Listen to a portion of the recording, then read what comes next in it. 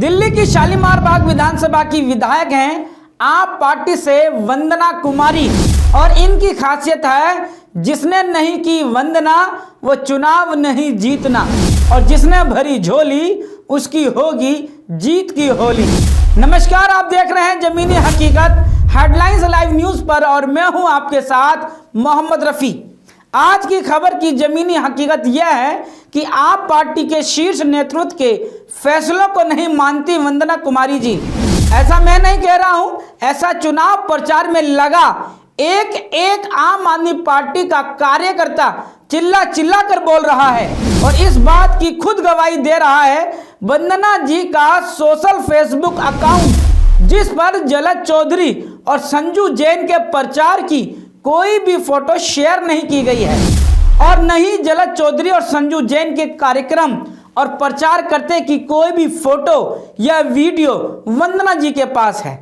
बल्कि आप कार्यकर्ता कह रहा है और आरोप लगा रहा है कि वंदना जी और उनके पति देव एक निर्दलीय उम्मीदवार से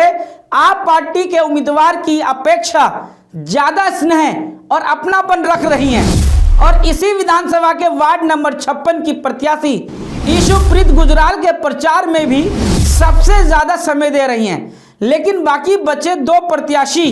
जलज चौधरी और संजू जैन का प्रचार आखिर कौन करेगा, जब भी शायद दोनों प्रत्याशियों के लिए दूसरी विधानसभाओं के विधायक चुनाव प्रचार के लिए आ रहे हैं ताकि वंदना जी की कमी को पूरा करने का काम किया जा सके।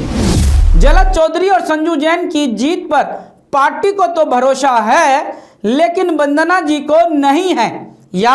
वंदना जी को इन दोनों प्रत्याशियों ने कहीं निजी नुकसान या खिलाफत की होगी, इसलिए शायद वंदना जी इनका समर्थन नहीं कर रही हैं। चाहे कुछ भी रहा हो, अरविंद केजरीवाल जी के कहने पर और पार्टी के आदेश पर जलज और संजू जैन को टिकट देकर चुनाव जीतने के लिए भेजा गया है और नगर निगम के चुनाव को जीतने के लिए किस बात का ध्यान रखा जाता है। पहला, वार्ड की जनता में पार्टी का वोट बैंक कितना है और दूसरा,